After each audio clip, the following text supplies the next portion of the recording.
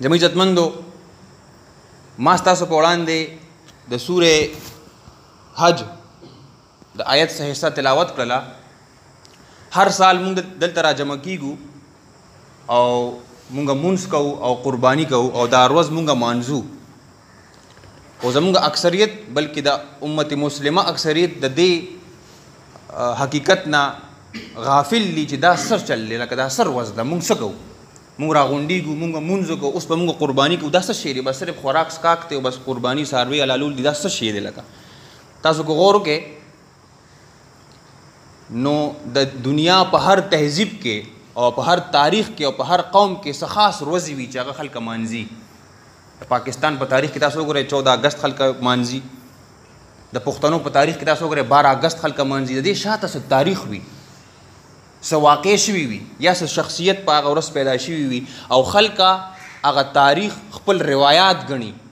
لکه زمونږ خلک دا وایي په پښتنو کې دا وایي زمونږ د پلار نیکه طریقه در روانه ده او هغې سره هغه مینه کوي. دغه شان په دین کې هم زمونږ دپاره الله تعالی څه خاص ورځې ښودې دي چې هغه مونږ مانځو او هغه یو لیګسي وي، د هغې تعلق یو خاص واقعې سره وي یا یو خاص شخصیت سره وي. نو په دین کې الله تعالی مونږ ته دا 2 اختر راکړي دي چې مونږ یې مانځو. او سپیشلی دا اختر په دې رس کو چرته ذکر د ابراهیم علیه السلام اونشي، زما په خیال دا به ډېره غټه زیاتي وي.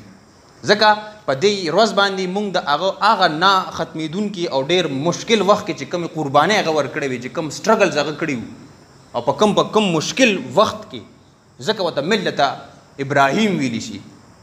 دین د ابراهیم علیه السلام. تاسو وګورئ په قرآن کې دا نه دي چې ملت آدم، ملت عیسی. وجه سره ځکه چې کم مشکلات کم تکالیف ابراهیم علیه السلام تیر کړي دي، د هغې مثال نه میلاویږي. ډېر اعلی انداز کې په هغه امتحانونو کې ابراهیم علیه السلام پاس شوی دی. نو په دې ورځ پکار دی چې مونږ هغه یاد ساتو، هغه له مونږ خراج تحسین پیش کړو او مونږ په درود کې مونږ چې اللهم صل علی محمد وعلی آل محمد کما صلیت علی ابراهیم، څنګه چې تا په ابراهیم علیه السلام باندې چې کوم دینو رحم کړو، اسانتیا ورته پیدا کړو. او په سورې بقره کې الله تعالی فرمایي واذ ابتلى ابراهیم ربه بکلمات فاتمهن. ټیسټ ورله الله تعالی ورکړو، مختلف مشکلات چیلنجز چې څه ته ویلی شي هغې ول الله تعالی ورکړل او په هغې کې هغه پاس شو. مونږ هغه ته خراج عقیدت پیش کوو. مونږ ته الله پاک وایي ستاسو پلار دی هغه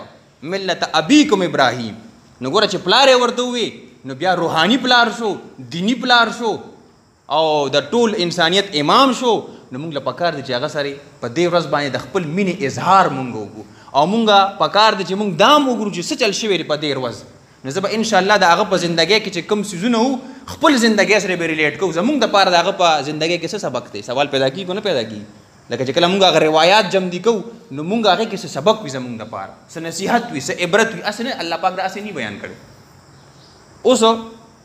الله تعالی چې دغه ټیسټونو کې هغه پاس کو بیا مونږ ته وایي تاسو د هغه لیګسي یې، د هغه وراثت او دا تاریخ تاسو جمدې ساتئ. نن چې دا قربانۍ مونږ کوو، نن چې دا مونږ راغونډ شو، دا مونږ د هغه زرګونو کلونه شو هغه یاد مونږ تازه کوو. تواتر سره مونږ ته راغلی دی، انکار ممکن نه دی. دا ملت ابراهیم دی. اوس زه به کوشش کوم په دې خطبه کې مختصر طور باندې د هغه په زندګۍ کې څنګه چې موږ زموږ دپاره څه سبق دی. نمبر 1 دی ځوان شو، ماشوم پیدا شو، کله ځوان شو، جوان چې څه ته ویلی شي، نو معاشره د چیلنج کړله. تاسو کو ګورئ زمونږ په معاشره کې چې یو خاص ټرینډ وي، یو خاص قسمه رسم و رواج چلیږي، لکه یو خاص قسمه لباس مونږ اچو مشران یا کشران، نو هغه نوجوان نسل چې کم دی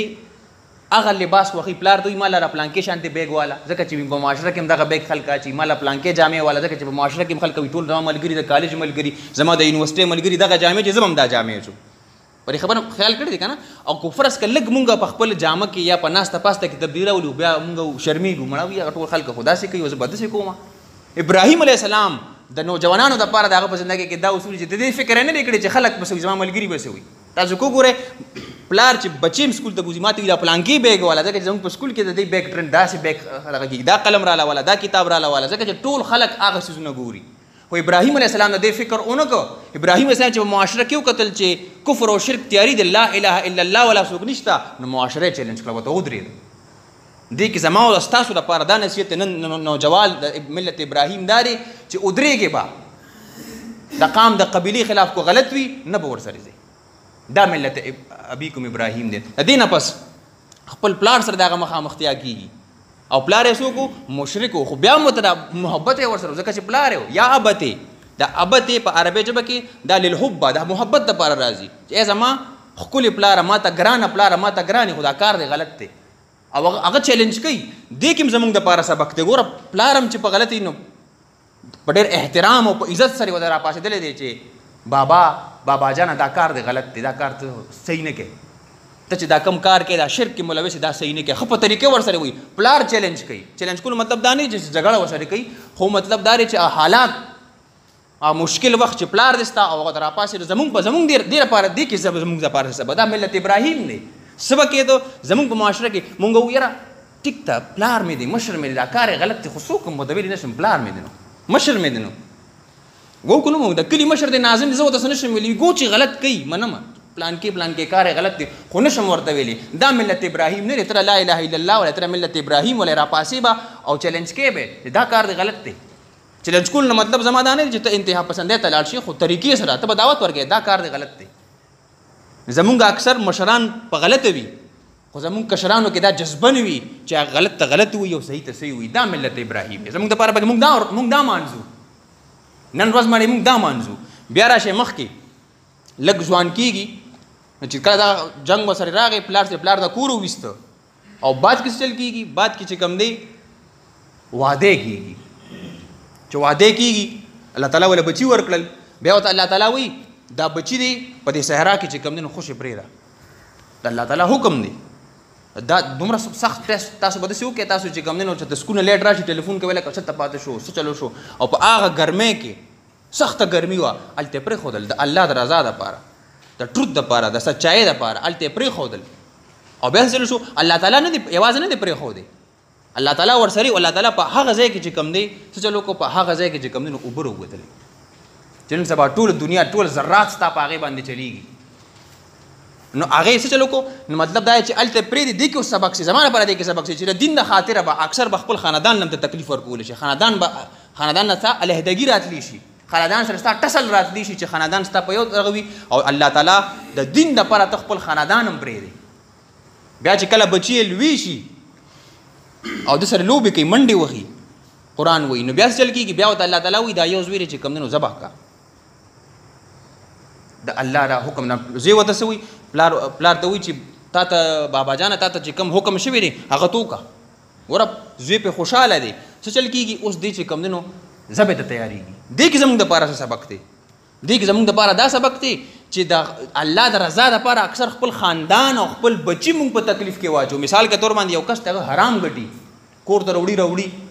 خو که فرض که هغه اسلام قبول کړي او صحیح مسلمان شي نو هغه بیا هغه حرام نه کوي نو چې حرام نه کوي کور ته پیسې اوس کمې راځي نو تکلیف شو که نه شو خو دا تکلیف د چا رضا خاطره ورکوي د الله د رضا خاطر چې الله د رضا الله خوشحالي وي خیر دی خاندان به په تکلیف کې شي حرام به نه کوم ګڼکپي به نه کوم دروغ به نه یم دا ملت ابراهیم دی دا ملت ابراهیم دی په دې باندې موږ له ځان پیول پکار دي او بل زوی ګوره د هغه زوی اسماعیل علیه السلام اپې خوشحاله دی یو که هغه ستا ته الله په حکم کړی دی ځکه چې هغه سچایۍ سره ولاړ دی ته پته زما پلار په حقه دی د نن سبا که مونږ فرض که پلار مې هغه حرام کار پرېږدي نو زه ورته یم دا جي کوه خیر د ښځه م ورته وایي کوه مونږ پې نو خوشحاله نو یاد ساتئ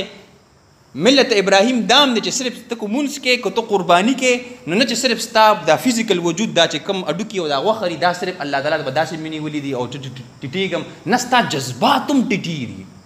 لکه ته چې کله مونځ کې نو په خوشحالۍ سره یې کوې چې کله قربانۍ کې نو بیړه د باندې نه په خوشحالۍ سره یې کوې یعنې ستا د جذبات او احساسات دام سبمټ کې الله تعالی دام تسلیم شي یعنې ستا جسم خو مسلمان دی او چې ستا کم دننه خواهشات او رغبات او احساسات دي دام تسلیم شي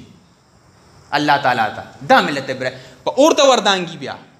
اور ته وردانګي د الله د رضا دپاره او اور چې کم دی نو اورم بیا یخیږي چاړم کار پرېږدي په صحرا کې اوبه راوځي د الله تعالی ورسره چې کوم خلک ملت ابراهیم باندې رواني او په سچه باندې رواني الله تعالی هغوی سره وي او یاد ساتئ په اور کې ورغورځل دې کې زموږ دپاره سبق دی زموږ دپاره دا سبق دی چې مسلمان نن سبا موږ په اور کې نه ولې تاسو زموږ عقاید ته وګورئ زموږ حالاتو ته وګورئ دا څه په ملک کې څه روان دي دا یو جهنم دی دا ملک داسې امن شته نشته ځکه چې د دین نه لرېوالی دي په دین کې انتها پسندي دومره حده پورته دی چې دیني خبر چاته نشي کولی په وړو باندې په وړوکي خبرو باندې قتل لی او چې چاته وایي چې زه مسلمان یم نو امر باندې شدید تنقید کوي مونږ د هغه خبرو جواب راځي دا اور نه دی دا اور دی یو قسم له دا تمثيل دی یو قسم د اور کې مونږ پراتو مونږ باندې څوک تنقید مونږ هغه خبر جواب نه دي سره سوچو دا اسلام دی وی تاسو ګڼکپی کوي زناکاری کوي حرامخوري کوي دا وی اسلام دی نو ما دا یو قسم د اور دی خو دا هم زه پرېږدم دا ملت ابراهیم چیلنج کوم به زه به ورسره ځم جواب به ورکوم او زه چې کم دی نو زه به حق سره ولاړ یم د هغې نه پس بیا چل کېږي ابراهیم علیه السلام دا ټول کارونه کوي او موت ته دا وایي چې ملت ابیکم ابراهیم دا ستا د پلار دین دی دا ستا د پلار لاره ده او څنګه چې ما مخکې مو د خلکو د پلار نیکه دین جمدې ساتي یو د خو هغه د پلار نیکه دین دی چې کوم زموږ په معاشره کې دا د پلار نیکه زموږ پلار نیکه زموږ دین هغه محمد صلی الله علیه وسلم دی هغه سیدنا ابراهیم علیه السلام دی او محمد صلی الله علیه وسلم ته الله پاک وایي چې ملت ابراهیم دا ستام پلار دی او د پسې روان شه او موږ ته وایي دوی پسې روان شه دا سیده لار ده دا زموږ پلار نیکه په اسلام کې داري نو موږ چې کوم ورځ مانځو موږ چې پکې دا شخصیات یاد نه کړو دا ورځ صحیح مانځل دا قرباني دا هر څه چې موږ کوو دا موږ دې لپاره کوو چې ای الله کو چېرته د ځان د قربانولو وخت هم راغی څنګه چې دی څاروي نه دا وینه راغله داسې خپله وینه هم زه توی کړم خو ستا لپاره به زه ودرېږم زما جذبات زما دا فزیکل وجود دا به ستا طرف ته وي مخکې الله تعالی وایي چې دې پسې ته روان چې ملت ابیکم ابراهیم هو سماکم المسلمین بله خبره دا ده په دین کې بیا که مونږ وایو چې لکه ملت ابراهیم دا پسې زه به اور ته تانګم زه به خپل بچي قتل کوم زه به په صحرا کې بچي پرېږدم زه به خپل پلار چینج کوم تا ته خو الله پاک دا نه دي ویلي چې په اور کې ودانګه تا ته خو الله پاک دا نه دي ویلي نو ته څه ټینشن اخلې ته څه شکایت کې نه الله پاک وایي د دې خبرې جواب یې کړی وما جعل علیکم فی الدین من حرج په دې دین کې څه حرج نشته حرج وایي ټایټنس ان د چست چې دا سینه دې تنګ شي خوخه دینی کار دی الله پاک په دین کې صدا شي نشته دین خو سبمیشن دی اطاعت دی سر تسلیم هم کول دی وستاره پر او دې کې یو زبردست د عربی د ګرامر مطابق علیکم چې کوم دی علیکم وما جعل علیکم دا مقدمه راوړی دی شاته نه دی راوړی دې مطلب سری چې سختي خو مشکلات خو ابراهیم علیه السلام نو تاسو خو مشکلات نشته ستاره پر اسانتیا را تاسو شکایت کې چې دا چل وخت ستا سره هغه رنګ چیلنج کوم ابراهیم علیه السلام سره نه ستا پلار هغه رنګ په کفر او شرک کې پروت چې څنګه ابراهیم علیه السلام پروت نه تا الله پاک وایي چې ذبح کا نه نو ته دغه ته صرف کوشش کوه سټرګل کوه حق ته پاره ودرېږه څنګه چې ابراهیم علیه السلام د حق ته پاره ولاړ او چې حق ته پاره ته ودرېږي نو بیا به چې کوم اور بکار پرېږدي چاړه بکار پرېږدي ستا ته به الله تا سره به ولاړ وي ٹھیک شو نو دا ملت ابیکم ابراهیم دی بیا را قربانی لازم اخیری خبره کوم بس خپل خبره ختم بیا دا خبره یاد ساتئ چې دا قربانی کوم نو صرف د ځان لپاره غوښې مه راغه کوي الله تعالی فرمایي فکلوا منها د دې نه خورئ وآتموا القانع او چې کوم دی د صبر کوونکي قانع څه ته وایي له القناع ولا یسأل دی چې کوم دی دی غواړي نه دی صبر کوي چې څه ورسره دي دا قانع دی نو داسې کس په تاسو مونږ دا په مانځه کې په دې ګیدرینګ کې مونږ ته پته ولګي چې کوم کس چې کوم دی نو سوال نه کوي نو دله به الله پاک وایي چې تاسو دله چې کوم دی دله به دا ورکوئ والمعتر او هغه کس چې هغه د ډېر زیات د تکلیف نه هغه سوال کوي یا خلکو نه غواړي نو هغه له هم تاسو دا ورکوئ نو په دې کې دا د محبت اظهار دی هغه خوشحالي څه خوشحالي نه ده خوشحالي هغه ده چې ته پکې نور شریک کې د بل په غم کې چې کوم دی نو شریک شي دا خوشحالي اختر دام دی ملت ابیکم ابراهیم دام دی چې ته دا خوشحالو کې غریب یاران دوستان چې کوم در نه خفه دي هغه چې کوم دی نو په خلا کې لاړ شي ولا مشر دی رانه لاړ شي ولا خیر دی غلطي رانه شوي دا ټول دی کې را جمع کېدل دا ملت ابیکم ابراهیم دی الله تعالی نه دعا چې په دې خبرو باندې مونږ عمل وکړو او چې کوم دا لیګسي دا چې کوم دا قرباني دا مونږ هغه شان سره وکړو د خلکو شان نه نمایش نه بلکې هغه کې چې کوم اصلي فلسفه ده چې کوم ملت ابیکم ابراهیم چې ابراهیم علیه السلام مونږ یاد وساتو او دا هغه دا عمل دا لیګسي دا روایت دا دینی روایت چې زمون پلار دی دا مونږ جمدي وساتو الله تعالی نه دعا ده چې په دې خبرو باندې مونږه عمل وکړو سبحان ربک رب العزة عما یصفون وسلام علی المرسلین والحمد لله رب العالمین